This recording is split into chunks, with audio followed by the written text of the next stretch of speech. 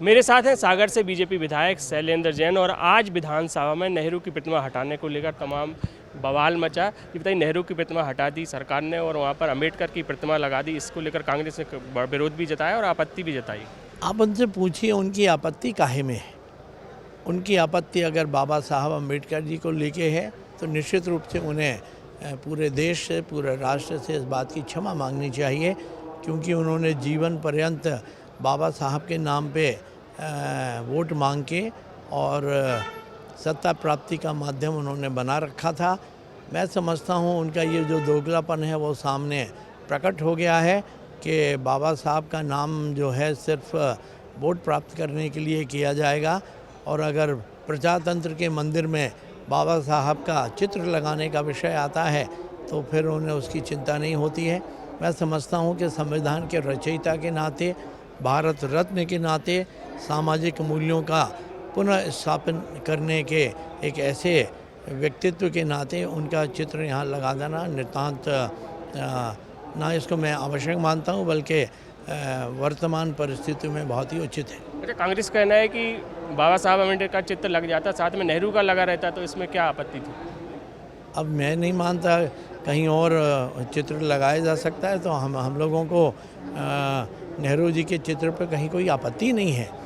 लेकिन अगर कांग्रेस बाबा साहब के चित्र पर आपत्ति करती है तो ये निश्चित रूप से निंदनीय है और हम इसकी निंदा करते हैं। अच्छा, कांग्रेस अब विरोध के लिए एक रणनीति तैयार कर रही है इसके विरोध के लिए।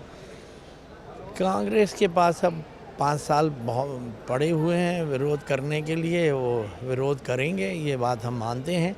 लेकिन मैं हमेशा से ये मानता आया हूँ, और जब हमारे नए नेता प्रतिपक्ष ने बात रखी तो मैं उनसे बड़ा इत्तेफाक रखता हूँ। वो एक बहुत सुलझे हुए इंसान हैं कि हम सिर्फ विरोध के लिए विरोध करें, ये प्रजातंत्र का वास्तविक चेहरा नहीं होगा। हम जो जन कल्याणकारी कार्य हैं उसमें हमारी भूमिका सकारात्मक हो, और जहाँ पे कुछ कमियाँ सरकार की लगती हैं तो एक चौकीदार के रूप में, एक वॉच डॉग के रूप में उनकी जो जिम्मेदारी है उस जिम्मेदारी का उनको निर्वहन करना चाहिए। अच्छा, आपका मंत्रिमंडल में भी नाम आ रहा है, बुंदेलखंड के विकास का क्या एजेंडा है? आप बुंदेलखंड से आते हैं। देखिए, बुंदेलखंड के विकास का एजेंडा तो शुरू किया भारतीय जनता पार्टी ने। उसके पहले तो अंग्रेज़ों के समय जो नीति थी वही नीति कांग्रेस ने जारी रखी। बुंदेलखंड को कभी विकास के मार्ग पे ले जाने का काम नहीं किया। बुंदेलखंड विकास प्राधिकरण बना के भारतीय जनता पार्टी ने विकास के नए दरवाजे खोले, और मैं ये मानता हूँ कि विगत 15-17 वर्षों में अभी जो विकास हुए हैं वो विकास बुंदेलखंड में इसके पहले कभी नहीं हुआ। वो विकास का पहिया थमेगा नहीं, विकास का पहिया और भी तेज़ गति से आगे बढ़ेगा, और बुंदेलखंड अब पिछड़ा बुंदेलखंड नहीं रहेगा। बुंदेलखंड को हम सब मिलके एक विकसित बुंदेलखंड बनाने की दिशा में हम काम करेंगे। हरित क्रांति के जनक के रूप में सम्मानीय प्रधानमंत्री जी ने जो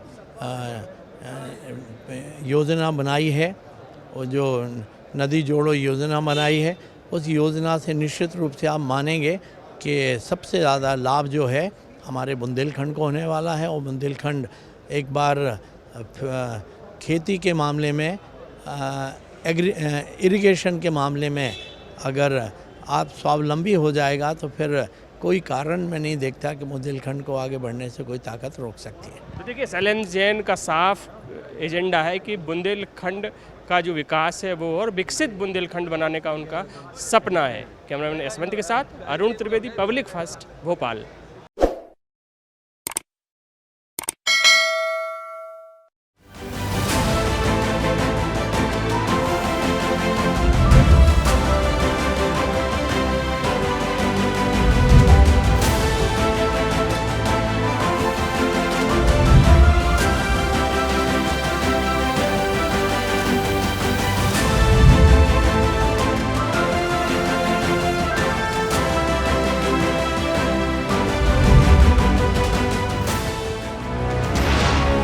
ये है इंडिया फर्स्ट कम्युनिकेशन और आप देख रहे हैं पब्लिक फर्स्ट।